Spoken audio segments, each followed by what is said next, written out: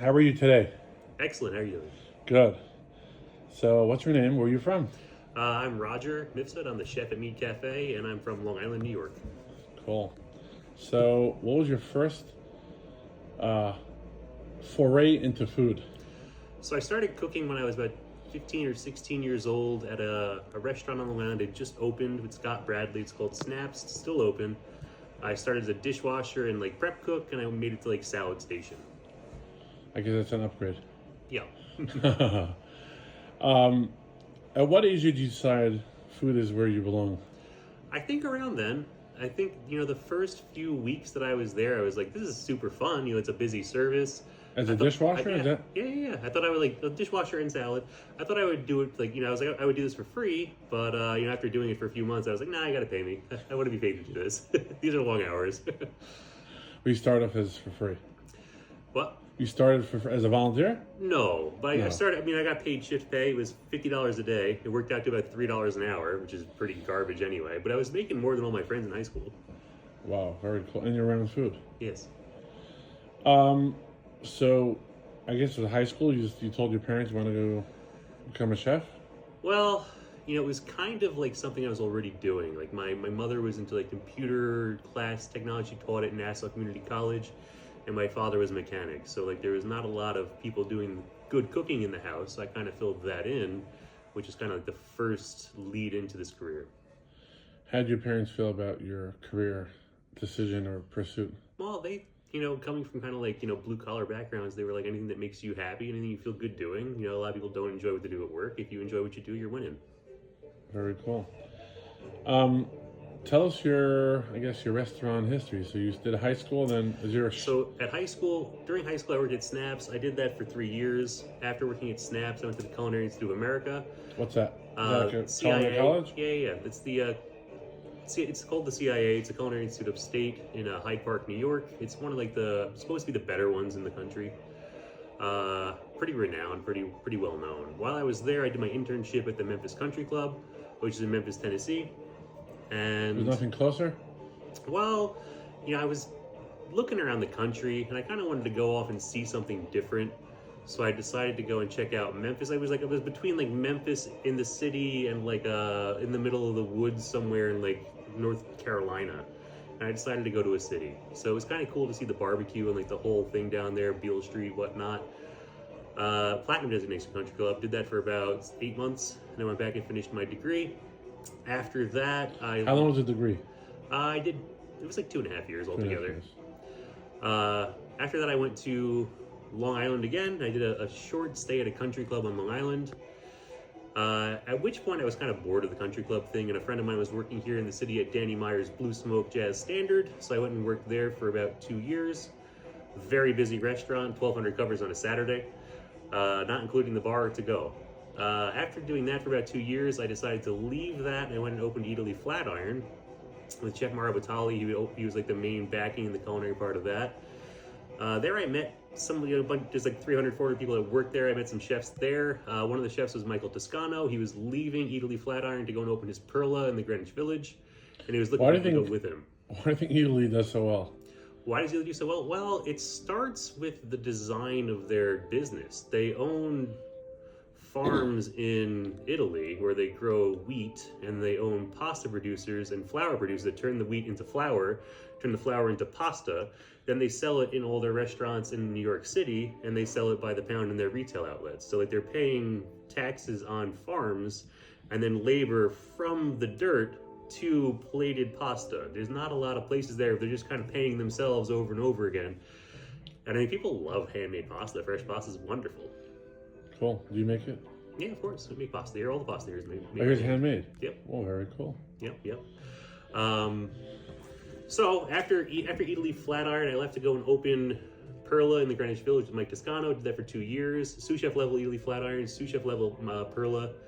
Then I went and opened Barchetta in Chelsea with Dave Pasternak. He was the fish chef at Italy Flatiron when we opened. Did that for 2 years. After a bunch of openings, I decided it was time for me to not open something and move into a restaurant that was all set up. So I went and worked at Babbo, Mauro Batali's Babbo. Babbo had a Michelin star while I was working there. I wrote their menu changes for 2 of the 3 years I was there. After that, I was kind of like thinking about trying to see a little bit more of the world, so I decided to go and work in Paris, France.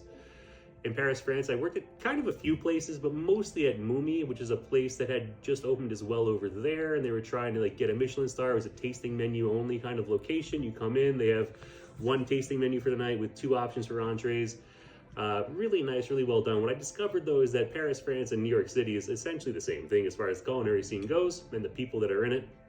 Then I came back to America and I called some of my friends. And they got me a job because I guess they were like managing at Eataly Downtown in the World Trade Center. So I worked as a store chef in Eataly Downtown at the World Trade Center for 3 years. Does that still exist, that one? Yeah. Oh. 3 years until the pandemic. After the pandemic, I went... in that mall? Yeah, it's the 3rd floor, Okay. entire floor of the World Trade Center in Tower 3, I think it is. So I did that for 3 years and the pandemic hit and I transferred at their request because all the restaurants were closing or minimizing to run their fresh markets. So then I ran a butcher counter and a fish counter and a salumi formaggi counter, 300 options at the meat and the fish, 600 combined, and 1,500 options at the salumi formaggi counter. It was really nice to be able to see all these like, you know, world-class cheeses and cuts of meats and stuff. Learned a lot about salumi there and how to like make salumi boards. You try our salumi board. So after that, I was trying to get back into the culinary scene there, and I was started also looking around because I'd been at Eataly Downtown for like, I don't know, 4 years at that point, and that's when I found Meat Cafe, and I've been here since. And can you tell us how the irony of the location where you live? Yeah. When I was talking to a recruiter, he was like, "Oh, I know a place in Crown Heights." I was like, "Oh, Crown Heights, that's where I live." He was like, "Yeah." So, have you heard of it? It's called Meat Cafe, and I live right down the block. It's a 2 minutes walk. Look at that, from the end of the whole world down the block. Yeah. You know, sometimes months will go by and I won't leave the block. I just walk from my house to here and from here to my house, like 3, 4, 5 weeks sometimes. So kosher is your first foray into kosher, right? Yes. First kosher foray. What's that like?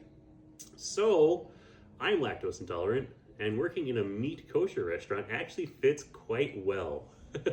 You know, most of my cooking at home avoids dairy, and all my cooking here avoids dairy. And I've already got some workarounds that I planned for it. So it's actually, you know, it came a little bit easier than it might have for some people. And how often do you change a menu here? Seasonally. Menu changes seasonally. We do about a 30% change every season. So, you know, like out of 30 items, we'll change 10 of them. A lot of the proteins and main components will remain the same, but like the accompaniments, the vegetables, they'll all change. And your changes, does it reflect trends, general food trends, or just... The changes, they do focus a bit on general food trends, but more they focus on things that I've done in my career that I've really liked, and seasonality. Seasonality first. What has become your hottest item on the menu? Well, the in-house menu, I'm going to say ribeye for 2 for the meats. Obviously, that's always a great choice. Pappardelle bolognese as a pasta made by hand. For to-go, we've been selling a lot of Wagyu burgers. Very cool. And that you get all day? What? That you get all day? To-go starts at 1 o'clock. Starts at 1 o'clock. I think it ends at 9:45 or 10. What's the hardest thing about cooking kosher? Hardest thing with cooking kosher?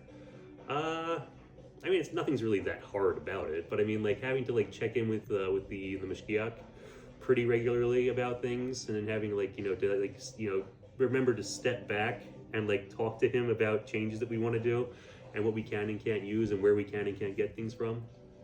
What are kosher people missing the most keeping kosher? Well, you know, I would say for me, the thing that I would change if I could is cheese with meat. Like a salumi board with some Parmesan on it is pretty awesome. But I mean, like, you don't... But you're lactose, You don't need... Yeah, well, also, Parmesan doesn't have any lactose in it. Oh, Aged cheeses don't. Over about a year of aging, the lactose enzyme breaks down. So, I mean, the harder cheeses don't have lactose. I'm a lactose, and I did not know that. Well, I should check it out. But I know that cheese in general is much better for me than milk. Milk is the worst. Yeah, so. for me, it's like cheese, pretty fine. Milk, okay. Ice cream, heavy cream, terrible. The worst. You know, you're the same. Yeah, terrible. So much lactose. So you're saying all we're missing is a Parmesan. Yeah. I mean, like, it'd be really nice to put, like, a really nice well-made, handmade mozzarella or burrata on a plate here. On What the about menu. butter on the steak? Is that a big miss or? I feel like olive oil is just as good. Could be better depending on the olive oil you use. Kosher wine, what's your opinion? So it's cooked. Everything here is mavushal. What I find is it's actually quite good. Like when you hear the word cooked, you think, wow, this is going to probably be not very good. But actually, I guess the cooking process, they have it down. But I've heard like the pasteurization process. So it gets like heated to a certain temperature for a very short period of time and then instantly cooled, which doesn't affect the wine quality very much. I've had some very good ones. I mean, we also have some that aren't very good, but well, not here, but I have had them. But I mean, like that goes to anything in the wine world. Do you approve all the wines there? Currently, yes. What's your favorite? Probably the Odom Mountain Volcanic wine or the Zinfandel. What brand? I can't say off the top of my head. Gotcha. If someone was considering getting into the chef field, what would you tell yourself when you started? Well, so I would probably say the same thing that Harvey, the sous chef at the Memphis Country Club, said to me. It's going to be a lot of work. It's going to take a long time to become something good, but the rewards do come, and it does pay off. So how long could someone expect to... So that's up to you. That's up to your devotion. If you're going to put in the devotion needed and the amount of hours needed and be smart about the places you work, the way you interact with people, you can accelerate your career very rapidly. I would say average would be like 6 to 10 years to be in a good spot. You know, I'm currently at, I think, 22 years. But I mean, like, I've been pretty happy with my career for the past 10. Like, where I'm at in it. That angry chef personality, is that still a thing? So, yes. Not here. I don't do that. I don't play that game.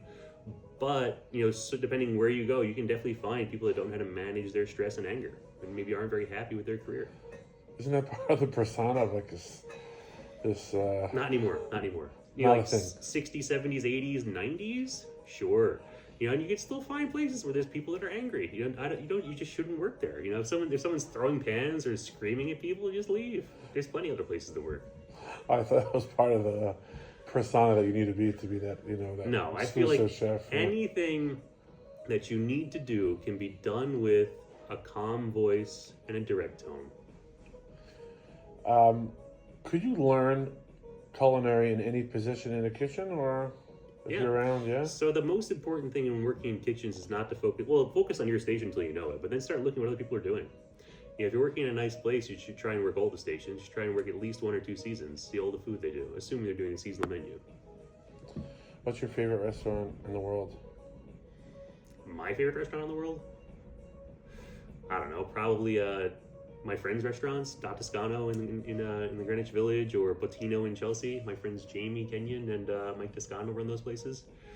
Places where I don't know people. I went to the Cafe Chelsea over the weekend. That was very good. Had a caviar service there. It was very good. Very happy with that. Me and my wife like to go a lot to La Lou, which is a restaurant that recently closed a couple blocks away. Very good as well. But the thing for me is like, I'm not like trying to go out and go to like Michelin star restaurants. You know, I'm gonna be able to go home and do as good of myself. You know, I just want to go somewhere where like the food is good, the drinks are good, and the ambiance is nice. And that's not so hard to achieve. As being a chef in a Michelin restaurant, what's your opinion about the Michelin rating? So I mean, it doesn't really mean very much to me. I mean, it does seem like it's a little bit, you know, depending where you are, easier to get them, and what you're doing in certain places, easier to get them. It's a little bit of a guarantee that you're gonna have an okay night, but I mean, like, Google reviews are almost as good as that. I mean, the Michelin Guide started out as a way for tire companies to sell more tires so that they would give you the guide to show you where gas stations were in Europe, because the gas stations, like electric charging stations now, were not all over the place. They were kind of like sparse and scattered around. So you would get your tires, they give you the guide, you know where the gas station was. Then they would like let you know where the hotel was and the restaurant in the town that you should check it out. But then as soon as they did that, every restaurant wanted to be in there because those places got a lot of visitors. People would drive into town from far away and make sure they stopped at the restaurant. So, I mean, the Michelin Guide it's something that chefs dream of and they want to acquire. But to me, it's a nice. If we ever got one, it'd be a nice thing. But I'm not like out to get it. For me, just having. What are the tricks to get it? You said there's certain things that will more likely you'll get. Well, it seems like certain up and coming cuisines are easier. Whereas like if you were to like compete in France in French cuisine, it's extremely difficult.